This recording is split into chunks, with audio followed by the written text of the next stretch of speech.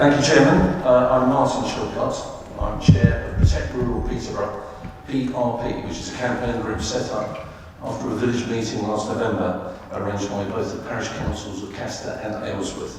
It's attended by 300 people who were overwhelmingly opposed to the proposal to put 2,500 houses plus commercial industrial development north of Castor and Ailsworth. I'm here on behalf of Protect Rural Peterborough, but also the many objectors during the consultation back in January and February, and nearly 1,000 people who in the last month or so have signed our petition, and those people from right across Peterborough. We would ask the Planning Committee to ask three fundamental questions about the Great Kine site. The first one is, why are officers recommending inclusion of Great Kine in the local plan when it directly contradicts 7 of its own policies? And I noted earlier that Richard said those policies were correct and sound, and negates a further 3.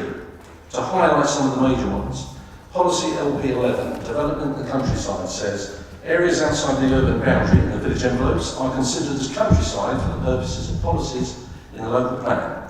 Well, quite clearly the site is not urban, it's 2 kilometres away from the nearest housing.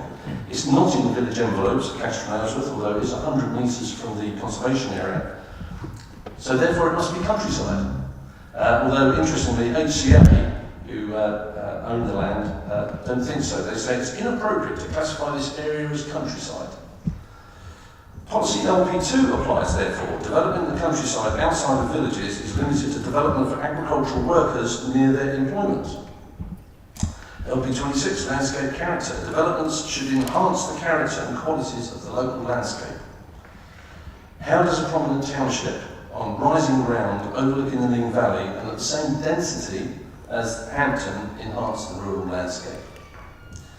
And LP27, landscape and biodiversity. Natural England, in their response to the consultation, were damning in their assessment of subjectivity towards this site and lack of supporting evidence. They described it as an anomaly. There are 15 conservation species and 8 birds on the red data list in this area. That's all in severe decline, but actually thrive in this area. And not to mention Castor Hanglands, National Nature Reserve, and Triple SI, which is only 400 metres away. Our second major question, why have officers chosen a site which by their own definition has the highest risk of environmental and serious social harm?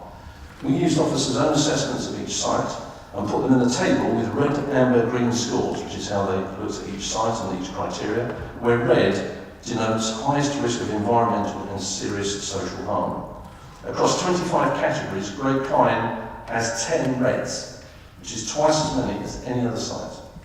A Freedom of Information request confirms, and I quote, planners chose colour coding rather than a numbers score, as it is a fair and consistent way to compare different sites.